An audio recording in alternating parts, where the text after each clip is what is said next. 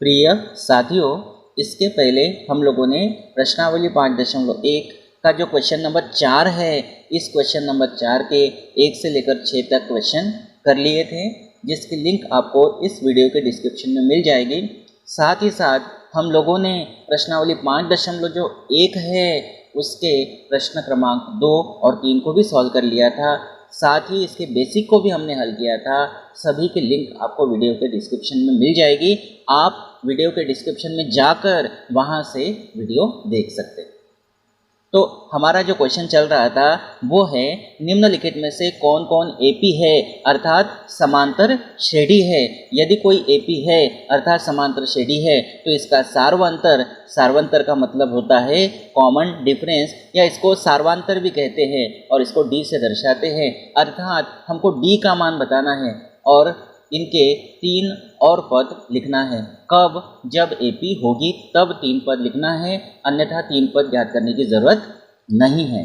आपको क्वेश्चन में 4 पद दिए हैं और समांतर श्रेणी है तो 3 पद कौन से होंगे? 5वां, 6वां और 7वां होगा, अर्थात A5, A6 और A7 होगा। इस तरह से आपको करना है।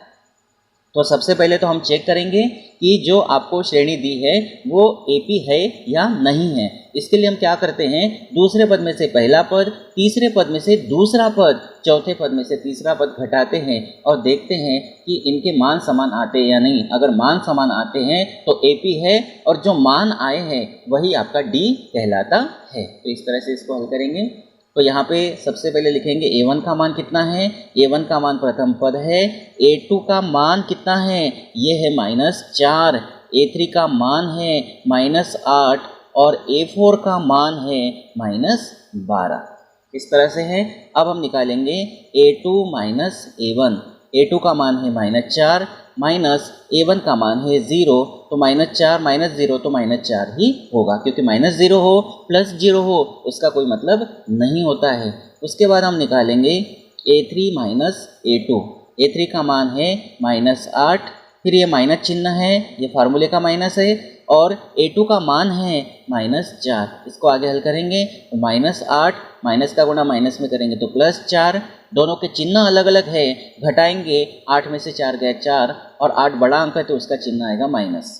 इसी प्रकार हम निकालेंगे A4 माइनस A3। तो A4 का मान है -12, फिर माइनस है A3 का मान है -8। इसको हल करेंगे तो -12 माइनस का गुणा माइनस में करेंगे +8, तो ये भी आएगा -4। अर्थात A2 माइनस A1 का मान भी -4 है, A3 माइनस A2 का मान भी -4 है, A4 माइनस A3 का मान भी -4 है। तो हम कह सकते हैं कि A2 माइनस A1 बराबर है A3 माइनस A2 के बराबर है A4 माइनस A3।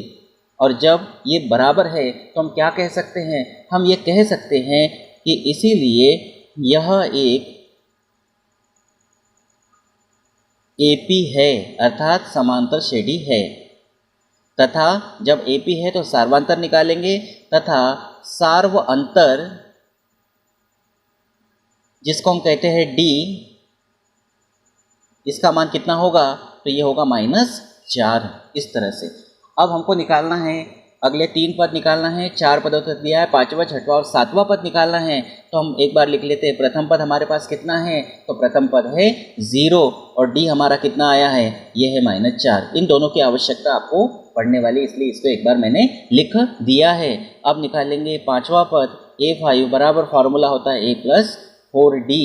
ए का मान हमारे पास 0 + 4 गुणित डी का मान है -4। इसको हल करेंगे तो यहाँ 0 आएगा और प्लस का गुणा माइनस में करेंगे तो -4 × 16, तो ये आ जाएगा -16। इसी प्रकार से हम निकालेंगे A6 का मान, तो ये होगा A + 5D। ए का मान 0 + 5 गुणित डी का मान है -4।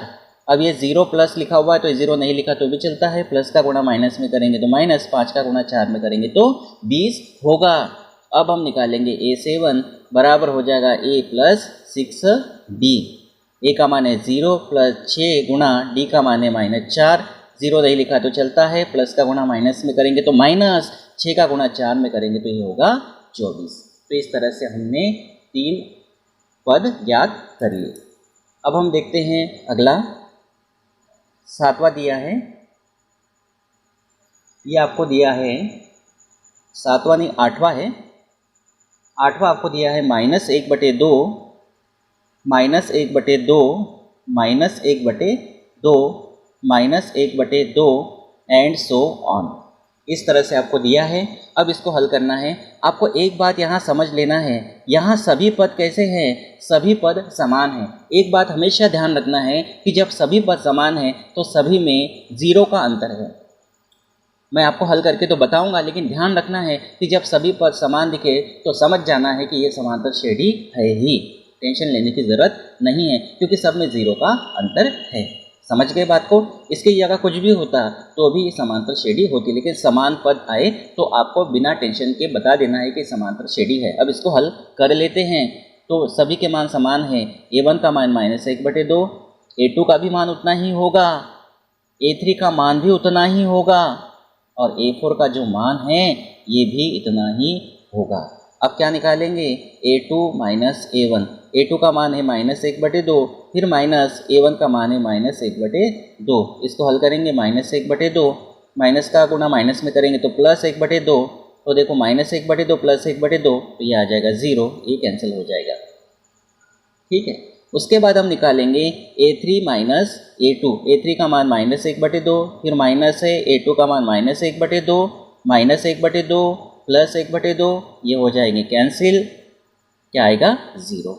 इसी प्रकार हम निकालेंगे A4 - A3 का मान -1/2 -1/2, हल करेंगे -1/2, माइनस का गुणा माइनस में करेंगे +1/2, ये कैंसिल हो जाएगा, ये आ जाएगा 0। मतलब सभी के मान समान आए हैं। तो हम क्या लिखेंगे? हम लिखेंगे A2 - A1 बराबर A3 - A2 बराबर A4 - A3। तो सभी के मान समान है, इसीलिए यह एक AP है तथा सार्व अंतर जिसको हम दर्शाते हैं D के द्वारा, ये कितना है? 0। तो A का मान है आपके पास -1/2 प्रथम पद और D का मान है 0। तो पांचवा, छठवां, सातवां पद भी -1/2 ही आएगा। आप बिना टेंशन के बता सकते हो। तो इस तरह से हम निकालेंगे यहाँ पर A5 बराबर A + 4D। A का मान -1/2 प्लस 4 गुणित D का मान हमारे पास है 0, तो ये होगा -1/2 प्लस 4 का गुणा 0 में करेंगे तो 0, -1/2 आएगा, क्योंकि +0 -0 उसका कोई मतलब नहीं होता। A6 का मान भी इतना ही आएगा, A + 5D। A का मान -1/2 प्लस 5 गुणित 0, ये होगा -1/2 प्लस 0 बराबर -1/2। इसी प्रकार A7 का मान भी उतना ही आएगा, A + 6D बराबर A का मान -1/2 प्लस 6 गुणा D का मान है 0, -1/2 प्लस 6 का गुणा 0 में करेंगे 0, तो ये आ जाएगा -1/2। इस तरह से A5, A6 और A7 के मान भी उतने ही आए, -1/2, -1/2, -1/2। अब हम देखेंगे अगला क्वेश्चन 9वां है। इसमें हमको दिया है 1, 3, 9, 27 एंड सो ऑन। तो यहाँ पर A1 का मान 1 है, A2 का मान 3 है, A3 का मान 9 है और A4 का मान 27 है। तो हम निकालेंगे A2 - A1 बराबर A2 का मान 3 माइनस A1 का मान 1 है, तो यह आ जाएगा 2। इसी प्रकार हम निकालेंगे A3 - A2। A3 का मान है 9 माइनस A2 का मान है 3, 9 में से 3 गया 6। ये दोनों मान समान आए हैं? नहीं आए हैं। आगे आपको हल करने की ज़रूरत नहीं है, हम सीधा कह देंगे कि A2 - A1 का मान बराबर नहीं है A3 - A2 के। इसीलिए यह मतलब जो आपको दी है प्रश्न में, यह एक AP नहीं है। और जब AP नहीं है तो इसका सार्वंतन और 3 और पद ज्ञात करना संभव नहीं है। तो आगे लिखेंगे, अतः इसका सार्व अंतर जिसको हम दर्शाते हैं D के द्वारा तथा 3 और पद ज्ञात करना ज्ञात करना संभव नहीं है। जैसा प्रश्न में पूछा है वैसा हम जवाब दे रहे हैं। प्रश्न के हिसाब से ही हमने इसका उत्तर यहाँ पे ऐसा लिखा है। फिर हम देखेंगे अगला 10वां है। ये हमको दिया है a, उसके बाद है 2a, 3a, 4a, comma and so on. इसको हल करेंगे तो सबसे पहले हमको चेक करना है AP है या नहीं है।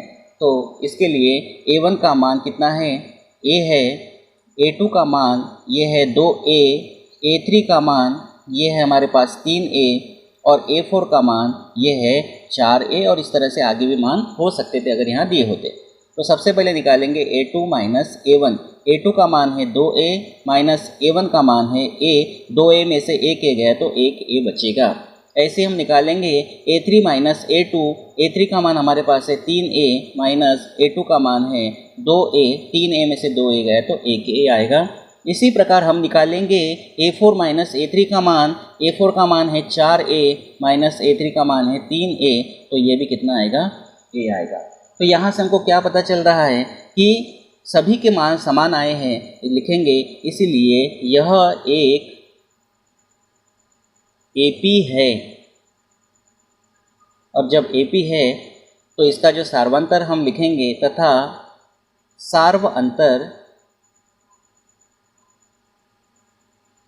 जिसको हम दर्शाते हैं D के द्वारा, ये कितना हो जाएगा, A हो जाएगा। अब हम यहाँ पे लिखेंगे कि हमारे पास प्रथम पद कितना है। तो प्रथम पद यहाँ पे बाय चांस A ही आ गया, A का मान A ही यहाँ पर है, प्रथम पद A है।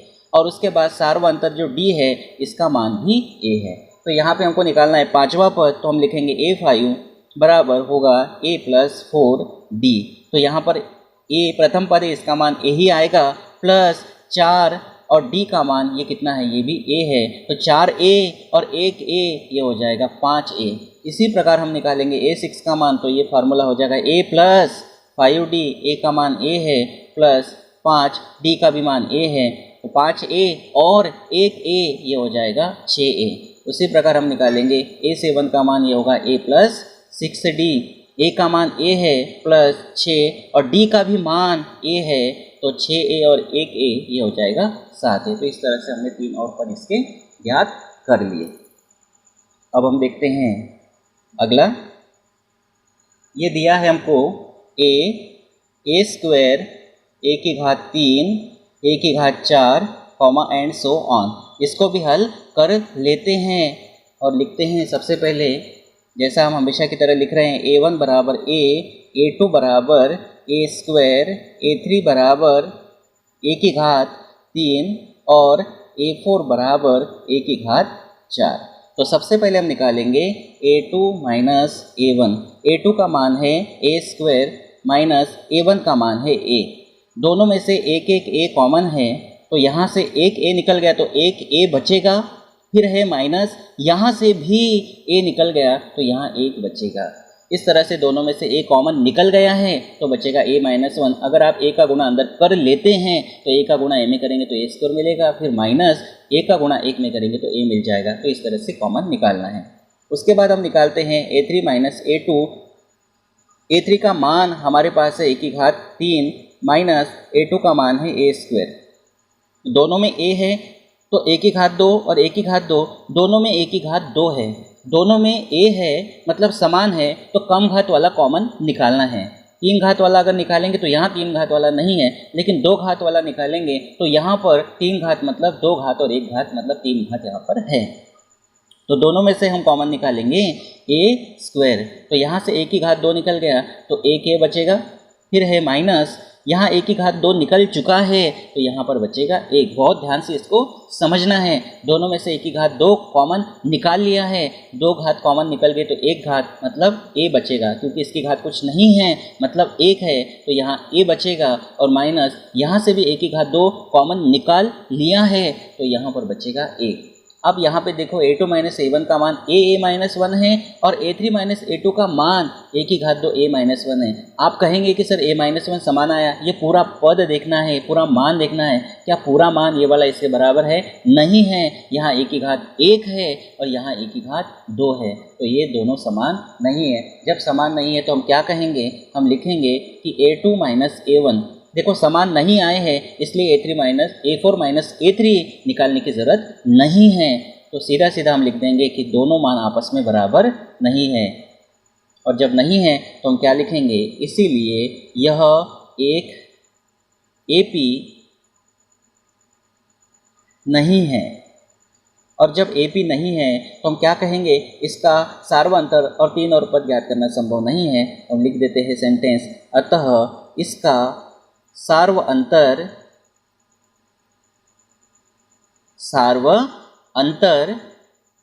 तथा 3 और पद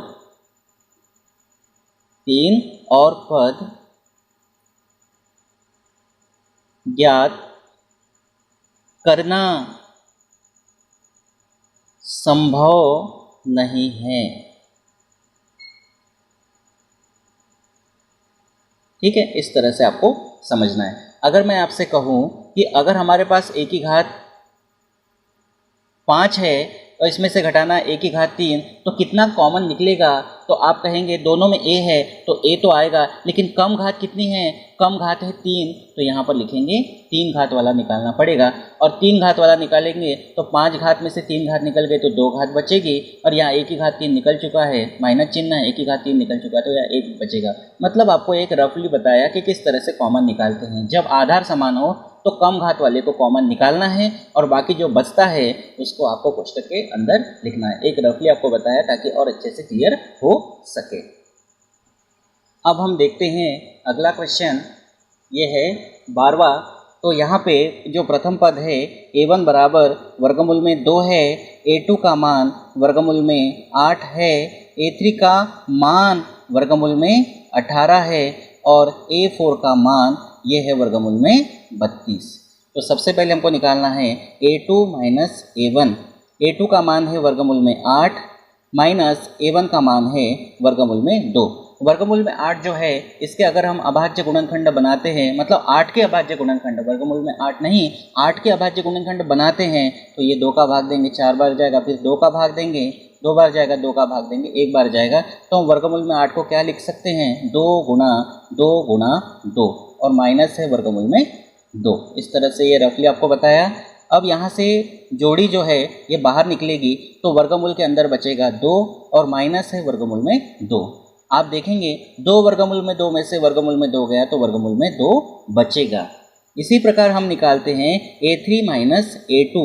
a3 का मान है वर्गमूल में 18 माइनस a2 का मान है वर्गमूल में 8। तो 18 के अभाज्य गुणनखंड क्या होंगे? तो हम 18 को अभाज्य गुणनखंड इसके बनाएंगे, 2 का भाग देंगे 9 आएगा, फिर 3 का भाग देंगे 3 आएगा, फिर 3 का भाग देंगे 1 आएगा। इस तरह से हम 18 को क्या लिख सकते हैं? 2 गुणा 3 माइनस वर्गमूल में 8 जो है इसको हमने अभी पता किया। वर्गमूल में 8 को क्या लिख सकते हैं आप? ये देखिए, आप ध्यान से अगर देखेंगे तो आप समझ जाएंगे। 2 वर्गमूल में 2 अभी हमने हल किया तो हमको मिला ना, तो इसको हल करने की ज़रूरत नहीं है, डायरेक्टली हम लिख सकते 2 वर्गमूल में 2। यहाँ से 3 की जोड़ी बाहर निकलेगी तो वर्गमूल के अंदर क्या बचेगा? बचेगा वर्गमूल में 2 और माइनस वर्गमूल में 2 वर्गमूल में 2 है। अब यहाँ पे 3 वर्गमूल में 2 में से 2 वर्गमूल में 2 गया तो ये आएगा वर्गमूल में 2। ये आपका रव कार्य है, ये आपका फेर कार्य इधर चल रहा है। उसी प्रकार हम निकालते हैं a4 माइनस a3। तो a4 का मान है वर्गमूल में 32 और माइनस a3 का मान है हमारे पास वर्गमूल में 18। तो 32 को हम क्या लिख पाएंगे? आप अभाज्य गुणनखंड बनाएंगे तो आपको क्या मिलेगा? ये मिलेगा 2 गुणा 2। आप इनका गुणा करेंगे तो ये हो जाएगा 32। 2 दूनी 4 दूनी 8 दूनी 16 दूनी 32 और माइनस वर्गमूल में 18। अभी हमने देखा है वर्गमूल में 18 कितना है? 3 वर्गमूल में 2 है। मतलब एक बार यहाँ निकाल लिया तो यहाँ उपयोग हम कर सकते हैं। तो ये होगा 3 वर्गमूल में 2। यहाँ पर वर्गमूल के अंदर 2 की जोड़ी बन रही है, फिर 2 की जोड़ी बन रही है, तो हम बाहर यहाँ से निकालेंगे। यहाँ से 2 निकलेगा और यहाँ से 2 निकलेगा तो 2 गुणा 2 कितना हो जाएगा? 4 होगा और क्या बचेगा वर्गमूल में 2 और माइनस 3 वर्गमूल में 2 है। इस तरह से होगा और 4 वर्गमूल में 2 में से 3 वर्गमूल में 2 गया तो वर्गमूल में 2 बचेगा, 4 में से 3 गया तो 1 वर्गमूल में 2 बचेगा। तो इस तरह से आपने क्या देखा कि a2 माइनस a1 का मान भी वर्गमूल में 2 है, a3 माइनस a2 का मान भी वर्गमूल में 2 है और a4 माइनस a3 का मान भी वर्गमूल में 2 है। तो हम लिख सकते हैं a2 माइनस a1 बराबर a3 माइनस a2 बराबर a4 माइनस a3। तो मान जब समान है सभी के, इसीलिए यह एक AP है तथा जब AP है तो इसका सार्व अंतर जो निकलेगा, सार्व अंतर जिसको हम कैसे दर्शाते हैं, D से दर्शाते हैं, ये होगा वर्गमूल में 2। तो इस तरह से हमारा प्रथम पद प्रश्न में कितना है, यह है वर्गमूल में 2। तो यहाँ लिखेंगे प्रथम पद वर्गमूल में 2 और D हमारा ये आया है वर्गमूल में 2। आगे इसको हल करते हैं, हम निकालेंगे पांचवा पद, क्योंकि AP है तो 3 और पद ज्ञात करना है। A5 होगा A प्लस 4D, A का मान है वर्गमूल में 2 प्लस 4, D का भी मान है वर्गमूल में 2। अब ये 4 वर्गमूल में 2 और ये 1 वर्गमूल में 2, तो 4 और 1 5 वर्गमूल में 2 होगा।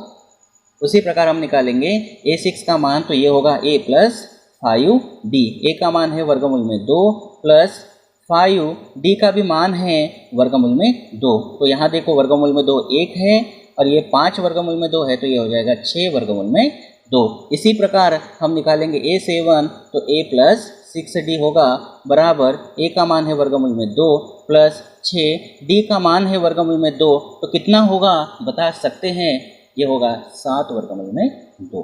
तो इस तरह से हमने इसके 3 और पद ज्ञात कर लिए। अब थोड़ा सा अगर आप देखें तो आपका जो क्वेश्चन है वो सारा का सारा वर्गमूल के अंदर टाइप का दिया है और हमने जो वैल्यू निकाली है ये एक संख्या बाहर है एक अंदर है। तो हम ये कोशिश करते हैं कि इस पैटर्न में हमको दिया है तो इसी पैटर्न में हम इसको ले आते, यहाँ तक किया तो भी सही है। तो इस पैटर्न में लाने के लिए देखो 5 बाहर है, जब ये अंदर जाएगा तो ये हो जाएगा 5 का वर्ग, क्योंकि वर्गमूल में से निकलता है तो वर्ग हटता है और जब वर्गमूल के अंदर जाता है तो वर्ग आ जाता है। अगर मैं इसको बाहर निकालूँ तो वर्ग से वर्गमूल कैंसिल होगा, 5 आएगा।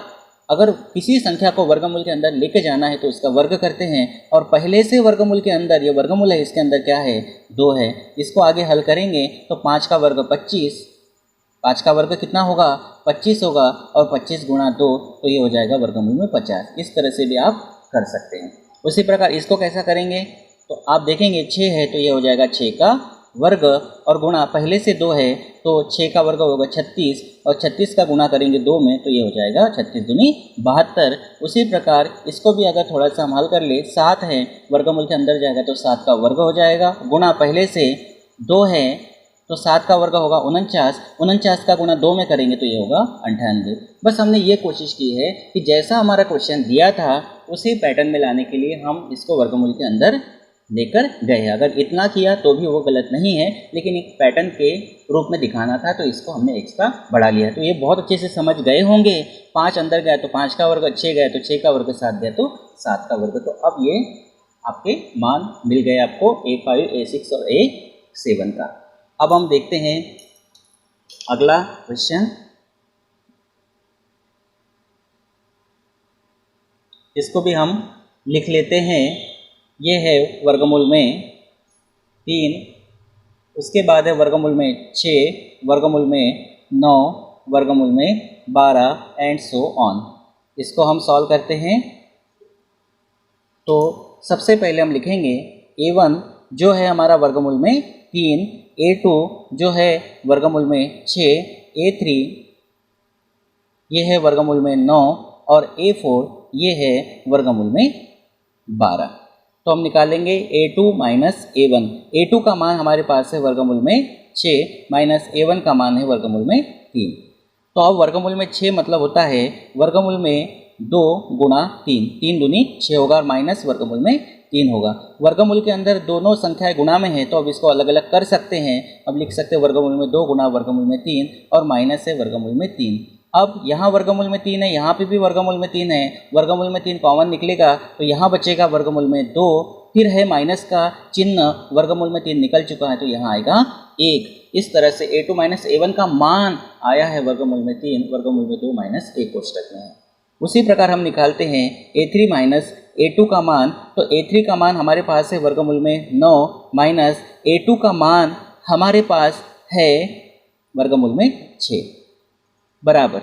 अब वर्गमूल में 9 मतलब 3, क्योंकि 9 का वर्गमूल 3 होता है, माइनस वर्गमूल में 6 को हम क्या लिख सकते हैं, देखो अभी हमने इसको हल किया था, हम लिख सकते हैं वर्गमूल में 2 गुणा वर्गमूल में 3, तो हम लिखेंगे वर्गमूल में 2 गुणा वर्गमूल में 3। यहाँ पर 3 है, 3 जो है ये परिमेय संख्या, इसको अपरिमेय के रूप में लिखना है तो इसको 2 बार इस तरह से लिखना पड़ेगा, वर्गमूल में 3 गुणा वर्गमूल में 3, मतलब समान वर्गमूल की संख्या का गुणा करते हैं तो आपको वही संख्या प्राप्त होती है।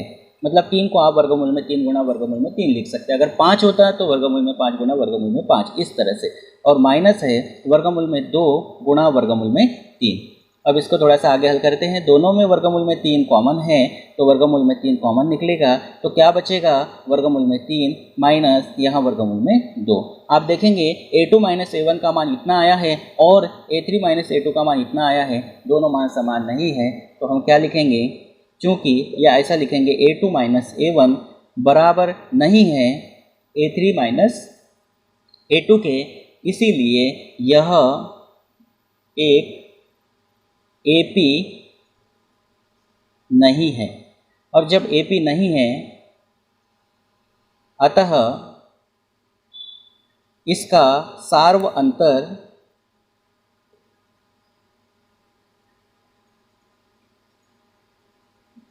तथा 3 और पद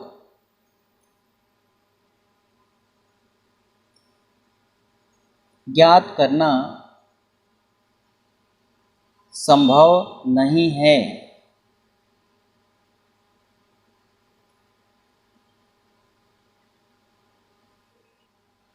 अगला क्वेश्चन है, इसमें हमको a1 का मान दिया है 1 का वर्ग, a2 का मान दिया है 3 का वर्ग, a3 का मान 5 का वर्ग, a4 का मान है 7 का वर्ग। पहले हम निकालेंगे a2 माइनस a1। a2 का मान है 3 का वर्ग माइनस a1 है 1 का वर्ग।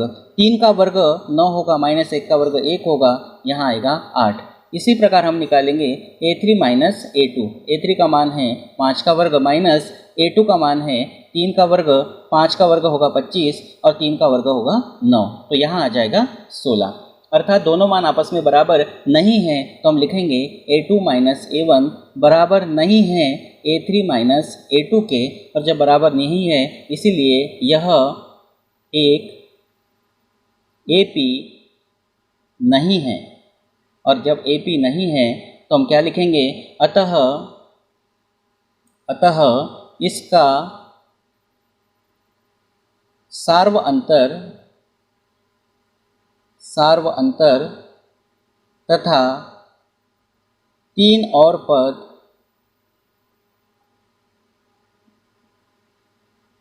ज्ञात करना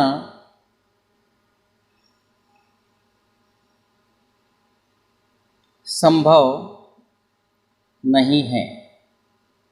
अब बचा है लास्ट, इसको भी हम कर लेते हैं जल्दी से। 15 ये दिया है 1 का वर्ग, 5 का वर्ग, 7 का वर्ग और फिर दिया है 73। हम इसको हल करेंगे तो a1 का मान हमारे पास होगा a1 बराबर 1 का वर्ग, a2 बराबर 5 का वर्ग, a3 बराबर 7 का वर्ग और a4 बराबर दी है संख्या 73। तो सबसे पहले हम क्या निकालेंगे, हम निकालेंगे a2 माइनस a1। a2 का मान है 5 का वर्ग माइनस a1 है 1 का वर्ग, 5 का वर्ग होगा 25 माइनस 1 का वर्ग 1, तो यह आ जाएगा 24। उसी प्रकार हम निकालेंगे a3 माइनस a2।